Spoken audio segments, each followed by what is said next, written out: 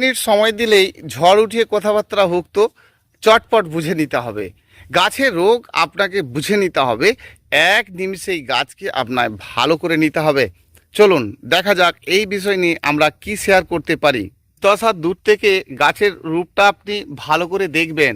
সারাদিনে গাছের গোড়ায় অন্তত 15-20 মিনিট গাছের গোড়ায় বসে বসে গাছটিকে নিয়ে ভাববেন, করে বুঝে যাবেন আমার কথার মানে। দেখবেন আপনার গাছের যদি লম্বা লম্বা ডাল হতে থাকে, তাহলে আপনাকে ফার্স্ট টাইম খেয়াল করতে হবে আপনার ওই জায়গাটা ছাওয়াযুক্ত স্থানে আছে কি না। তাহলে ছাওয়াযুক্ত স্থানে যদি আপনার ওই গাছটি থাকে, প্রথম কাজ হবে তাকে রৌদ্র দেওয়ার ব্যবস্থা। দ্বিতীয় কাজ হবে ওই গাছে জলখাদ্য কম দেওয়া এবং একটু কাটিং করে দিতে হবে যদি একবার ফুলটা হয়ে যায়। তাহলে এরকম ফুল গাছে একটাবার আসার পরেই আপনি কিছুটা করে কেটে ফেলে দেবেন, সমস্যা সমাধান।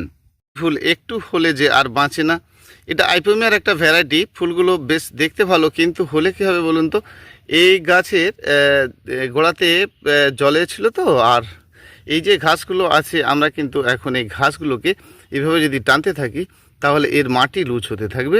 সেই জন্য আমরা ঘাসগুলো আস্তে আস্তে কিন্তু কোনো কিছুর দ্বারায় আস্তে আস্তে তুলে দেবো, ব্লেড দিয়ে কেটে দেবো। সেই জন্য খেয়াল করব যে বেশি বৃষ্টির সময় এই গোড়াগুলোকে যেন এলোমেলো না হয়, আস্তে আস্তে এরম ধরে যদি সাইডের দিকে টানা হয়, তাহলে এই ঘাসগুলো কিন্তু আস্তে আস্তে মাটি থেকে উখড়ে আসবে, দেখুন। আর সেই জন্য আমরা এইগুলো এভাবে তুলে দেবো। আচ্ছা চলো ঠিক আছে, অন্য কিছু গাছের বিষয় বুঝি। ছোট ছোট চারা আমরা এভাবে তুলে নিই, আবার সেই গাছগুলোকে সুন্দরভাবে গড়ে তোলার চেষ্টা করি। আর এই সকল যে গুটিগুলো আছে এইগুলো যেন শুকনো হয়, অর্থাৎ গাছ নিয়ে যাওয়ার পর যেন মাটি শুকনো হয়, তাহলে কিন্তু ভালো হবে। টগর গাছটিতে প্রচুর পরিমাণে জল বৃষ্টি দেখতে পাচ্ছেন, সব ডুবেছিল তো। আর এখন কিন্তু মাটি এলোমেলো করব না, কিছু পাতা ঝরে যাবে ঠিক আছে। তবে অনেক সময় দেখা যায় যে এই গাছের পাতা এরকমই বেঁকে বেঁকে আছে, তার মানে একটা ওষুধ দিতে হবে, যে কোনো কীটনাশক একটা ওষুধ দিতে হবে।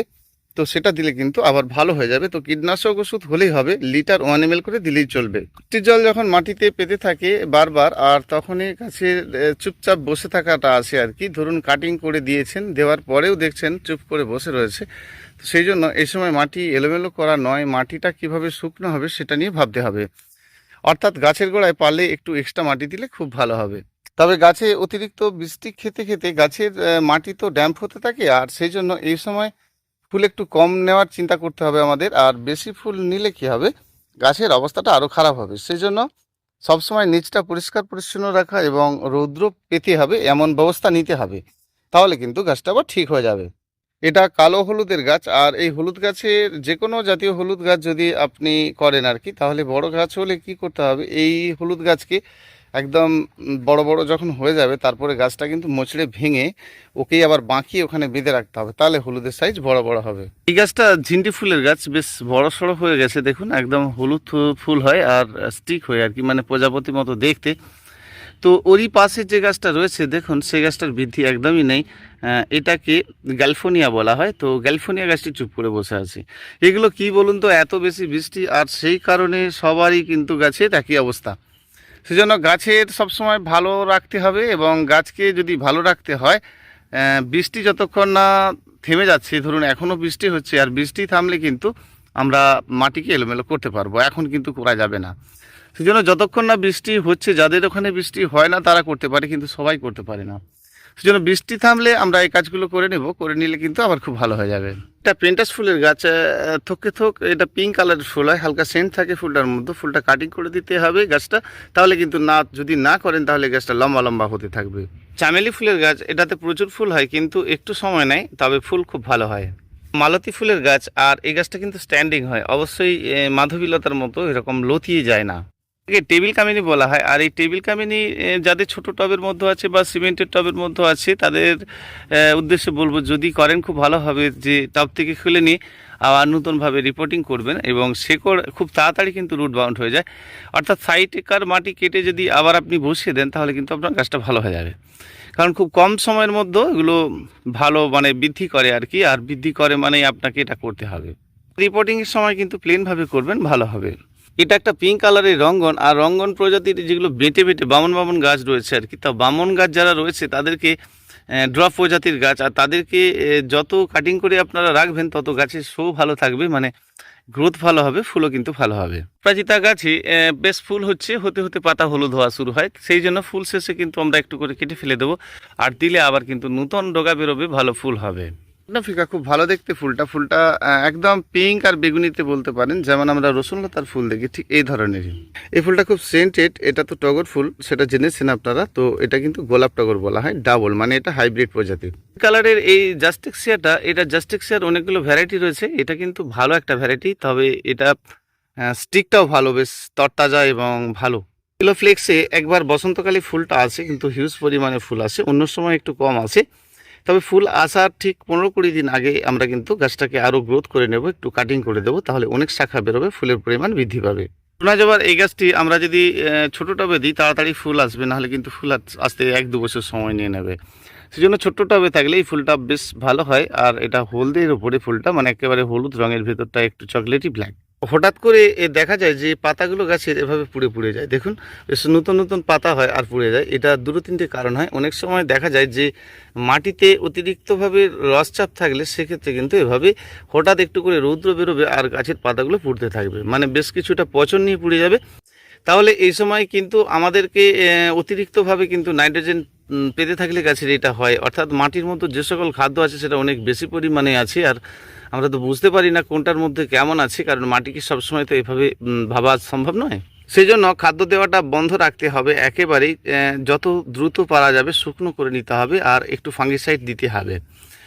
প্রথম জলটা কিন্তু ফাঙ্গিসাইডে দিতে হবে, 2 গ্রাম করে মাটিতে দিতে হবে, অর্থাৎ 1 লিটার জলে 2 গ্রাম যে কোনো ফাঙ্গিসাইড আপনি জলে গুলবেন আর দেবেন। ফাঙ্গিসাইড মানে সাবডাইভিস্টন, এগুলো তো আপনারা জানেন, আর সেগুলো গোড়ায় দিলে কিন্তু ভালো কাজ হবে। দেওয়ার পরে আমরা কিন্তু এখন আর খাদ্য দেবো না, মাটিটা যত ফাস্ট শুকনো করতে পারবো এটা কিন্তু বন্ধ হয়ে যাবে। এই ভয় পাওয়ার কিছু নেই। যখন গাছটা উপরের দিকে 3-4টে পাতা থাকবে, অনেক পাতা ল্যাপস হয়ে যাবে, সেক্ষেত্রে কী হবে, জাস্ট ডগাটিকে পিঞ্চ করে দিতে হবে, দিলে কিন্তু আবার গাছটা ছোট ছোট শাখা বেরোনো শুরু হয়ে যাবে, আবার নতুন ডগা বেরিয়ে গাছটি কিন্তু ভালো হতে থাকবে। যে কোনো গাছকে ফাস্ট একটু বৃদ্ধি করিয়ে নিতে হয়, তাহলে কি হয়, গাছের কাণ্ড শক্ত সমর্থ হতে থাকে, গাছ ক্ষমতা পেতে থাকে, আর তারপরে ফুল নিলে খুব ভালো হয়। কোনো ফুলের গাছ যখন আপনারা বসাবেন তার গোড়ার মাটি কিন্তু ভালো করে শুকনো করবেন, সবসময় পলিথিনটা শুকনো আছে কিনা একটু দেখে নেবেন, না যদি না থাকে ওটা ভাঙার দরকার নেই, তবে শুকনো করে নিয়ে গাছটি বসাবেন, তাহলে ভালো হবে। নমস্কার, পুষ্পশ্রী নার্সারি কোলাঘাট, আমি কমল আপনাদের সঙ্গে কথা বলছি। কয়েকটা কাজ গাছের মহা ওষুধ বলে মনে করি, যে সবসময় গাছের গোড়া পরিষ্কার পরিচ্ছন্ন রাখা, গাছের গোড়া সবসময় পরিষ্কার পরিচ্ছন্ন রাখার সাথে সাথে গাছটি ছোটো টবের মধ্যে থাকা, এবং 12 মাসি ফুল গাছ মানে সম্পূর্ণ রৌদ্রে থাকা, বাল্ব জাতীয় গাছ মানে যেমন এই black lily, spider lily, adenium ইত্যাদি ইত্যাদি গাছেদের ক্ষেত্রে যারা বাল্ব জাতীয় গাছ আর কি, বা গোড়া মোটা হয় যাদের, এই ধরনের গাছ যাদের, বা কাঠ গোলাপে যেগুলো কাণ্ড মোটা হয়, এদের শরীরে এত পরিমাণে রস থাকে, আর এদেরকে অতিরিক্ত বড়সড় টবে দিলে কি হবে, এরা গাছের হুট করে পচে যেতে পারে, সেজন্য ছোট ছোট টবে দিতে হয়, আর এদেরকে মাটির পরিমাণটা কম দিতে হয়, তাহলে ফুলের পরিমাণটা অনেক বেশি পাওয়া যায়। যে কোনো গাছ যখন আপনি রোপণ করে থাকেন, আর সেই গাছকে আপনাকে প্রথমত বাড়িয়ে নিতে হবে, সেটা আপনারা জেনেছেন, গাছের নিচকার পাতা কিন্তু পরিষ্কার পরিচ্ছন্ন রাখতে হয়, তাহলে গাছের উপর দিকে বৃদ্ধিটা পেতে থাকে।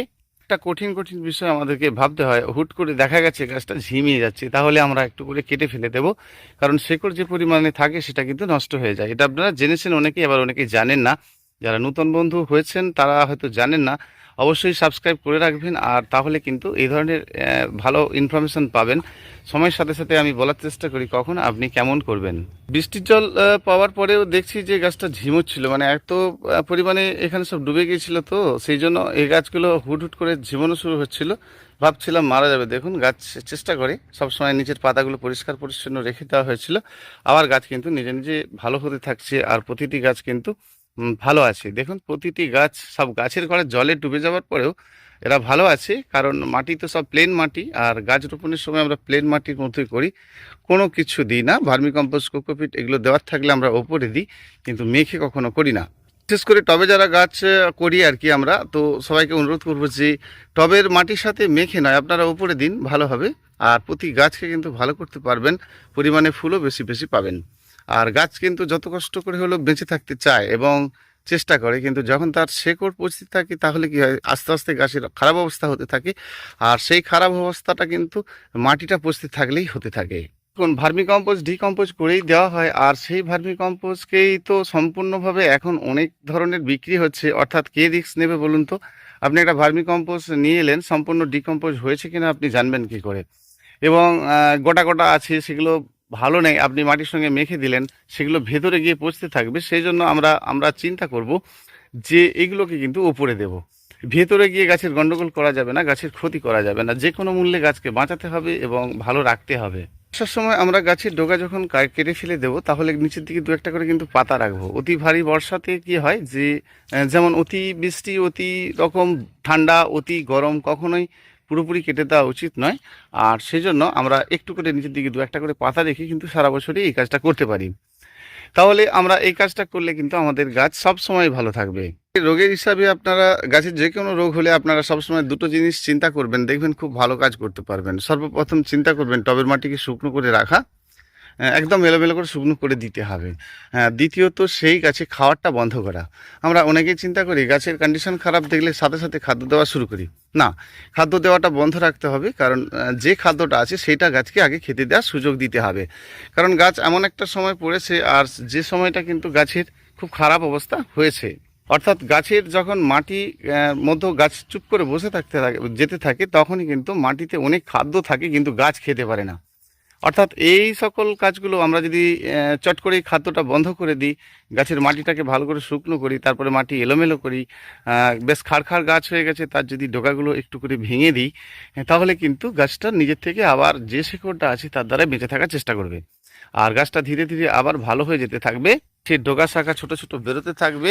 তারপরে কিন্তু আপনি আবার খাদ্য দেওয়া শুরু করবেন, দেখবেন আপনার গাছ ধীরে ধীরে আবার সুন্দর হয়েছে। এবং খুব বড় টবের মধ্যেও গাছ থাকলে, গাছ চুপচাপ বসে থাকলে, তাহলে সেটা কিছুদিন যাওয়ার পর মাটি শুকনো করে নিয়ে আপনাকে নতুনভাবে দেখছেন যে বারে বারে করছি কিন্তু সেই একই জিনিস হচ্ছে, তাহলে টব থেকে খুলে নিয়ে আবার নতুনভাবে আপনাকে বসিয়ে দিতে হবে।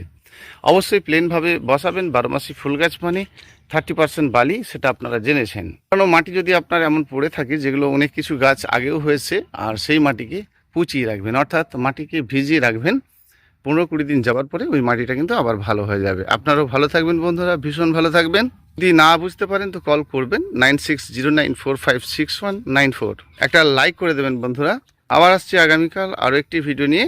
একদম সুস্থ থাকবেন, গাছের সমস্যা বোধ করলে অবশ্যই ফোন করবেন, বলে দিতে পারবো আপনি কি করবেন। আর ভীষণ ভালো থাকবেন। আবার আসছি আগামীকাল। ধন্যবাদ।